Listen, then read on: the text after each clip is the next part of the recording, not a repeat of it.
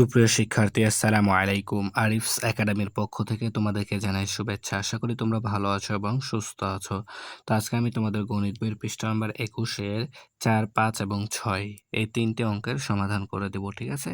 তাহলে চলো শুরু করা যাক। তার আগেই তোমাদের কাছে একটা রিকোয়েস্ট, যদি তুমি আমার চ্যানেল নতুন হয়ে থাকো তাহলে অবশ্যই আমার চ্যানেলটি সাবস্ক্রাইব করে রাখো।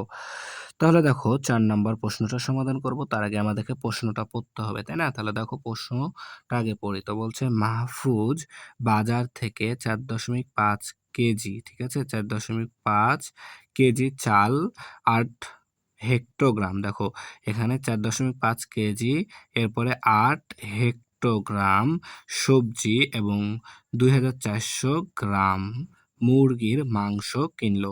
সে মোট কত কেজি সে মোট কত কেজি বাজার করলো?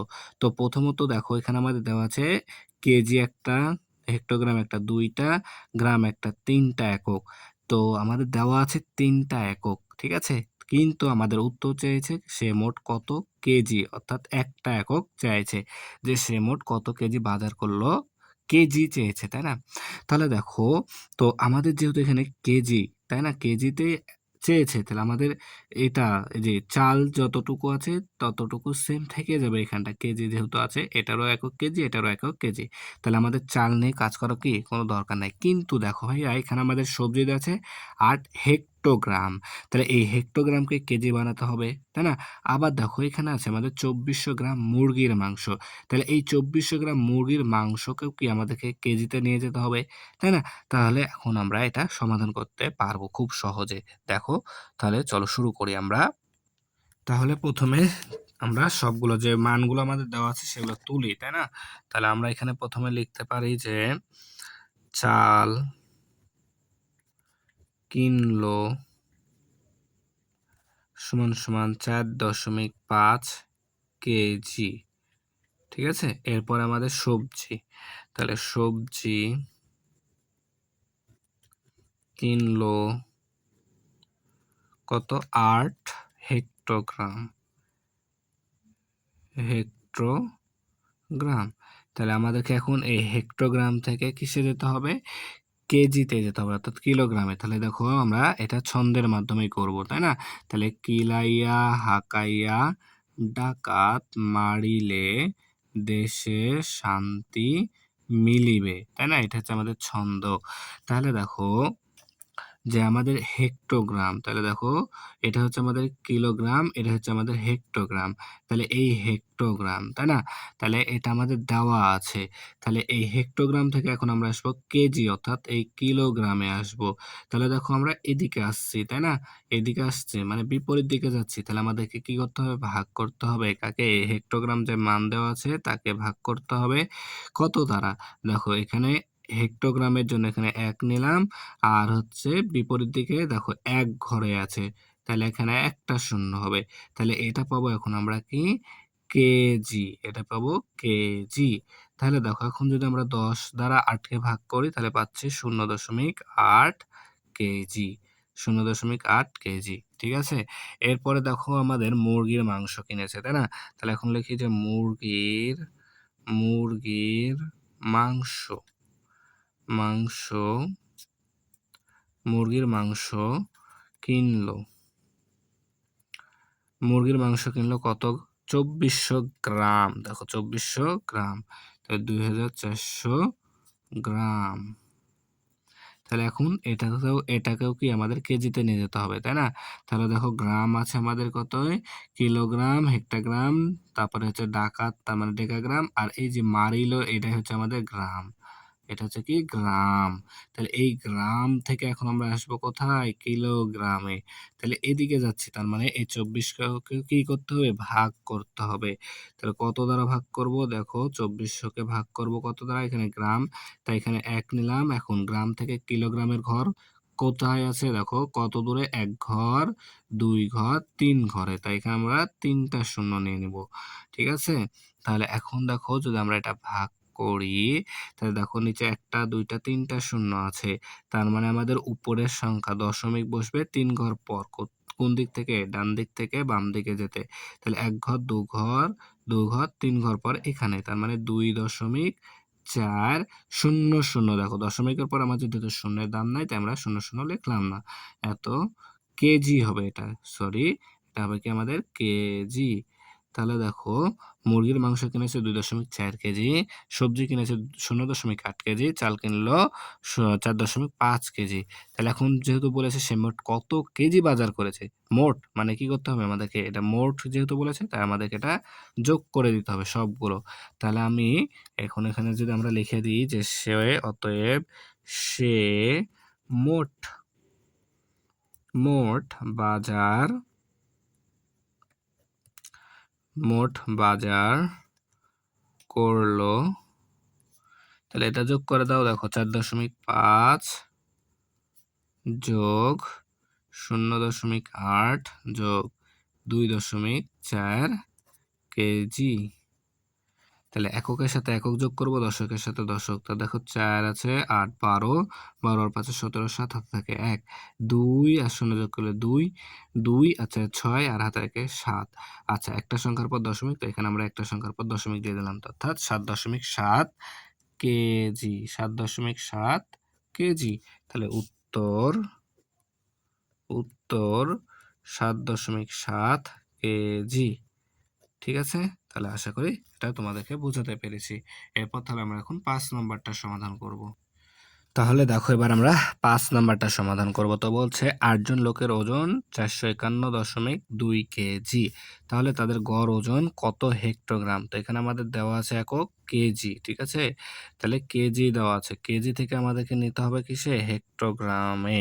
ঠিক আছে, কেজি থেকে নিতে হবে আমাদেরকে হেক্টোগ্রামে। তাহলে আমরা যদি এটাকে লিখি যে, তাহলে লেখো যে 8 জন লোকের ওজন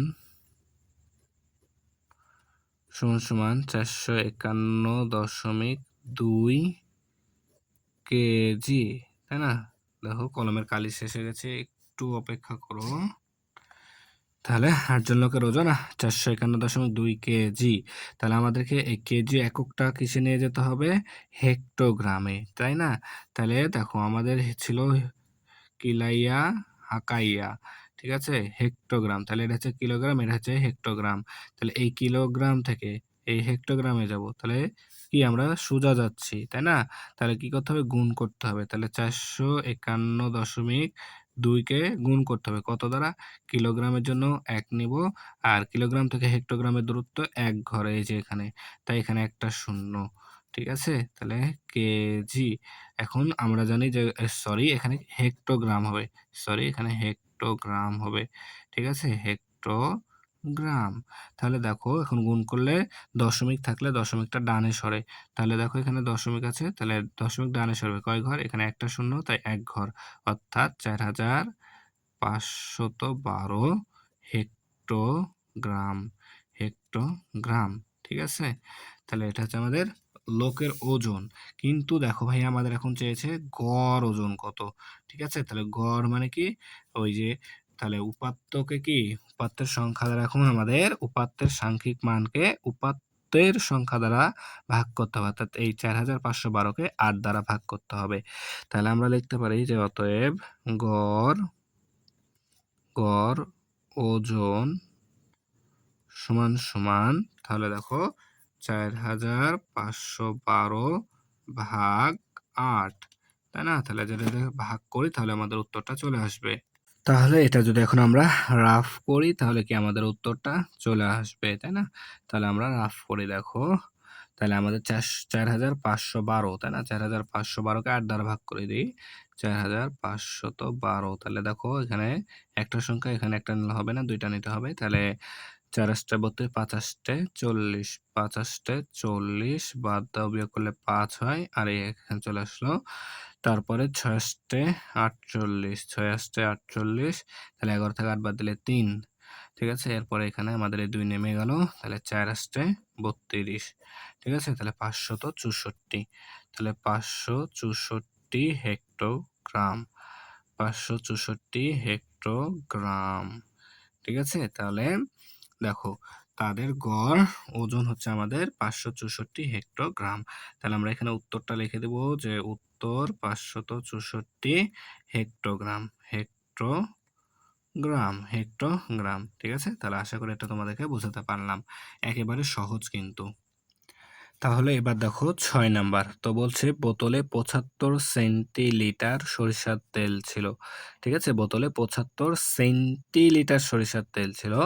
শান্তর মা সেখান থেকে রান্নার সময় ১৭০ মিলিলিটার তেল ব্যবহার করলেন বা করে ফেললেন। ঠিক আছে? তাহলে আমাদের তেল ছিল ৭৫ সেন্টিলিটার।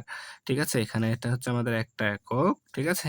এরপরে বলছে রান্নার সময় ১৭০ মিলিলিটার। তাহলে মিলিলিটার তেল ব্যবহার করে ফেললেন। তাহলে ওই বোতলে আর কত লিটার তেল অবশিষ্ট রইলো? তাহলে দেখো এখানে আমাদের ২ টা একক দেয়া আছে। একটা সেন্টিলিটার, একটা মিলিলিটার। ২ টা একক দেওয়া আছে। কিন্তু আমাদের চাইছে কি? লিটার এককে। লিটার এককে চাইছে। তাই কি করতে হবে আমাদেরকে? ১ম এ এই সেন্টিলিটারকে লিটারে কনভার্ট করব বা রূপান্তর করব। আবার এই মিলিলিটারকেও লিটারে রূপান্তর করব আমরা। ঠিক আছে? প্রথমত।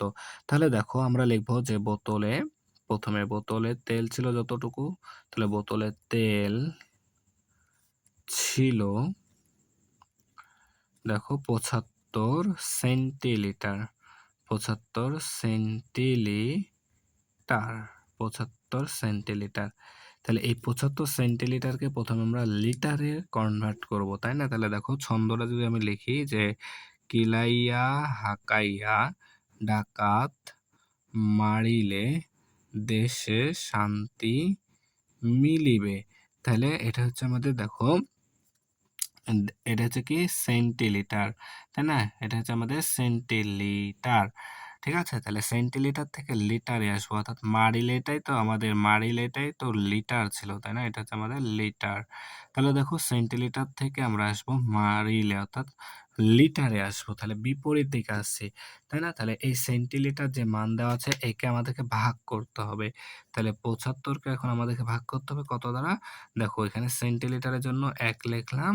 আচ্ছা সেন্টিলিটার থেকে লিটার কত ঘরে আছে? দেখো ১ ঘর ২ ঘর। তাহলে এখানে আমরা ২ টা শূন্য দিয়ে নেব। তাহলে এটা হয়ে গেল কি আমাদের লিটার। ঠিক আছে? তাহলে যদি ভাগ করি তাহলে দেখো নিচে ১ টা ২ টা শূন্য আছে। তাহলে উপরে ১ ঘর ২ ঘর পর দশমিক বসবে, অর্থাৎ ০.৭৫। আর দশমিকের আগে সবসময় শূন্য বসে। তাহলে ০.৭৫ লিটার। তাহলে দেখো বোতলে আমাদের তেল ছিল ০.৭৫ লিটার। তাহলে এই ০.৭৫ লিটার তেল থেকে আবার দেখো ১৭০ মিলিলিটার, তাহলে এই ১৭০ মিলিলিটারকেও লিটারে কনভার্ট করে নিই আমরা দেখো।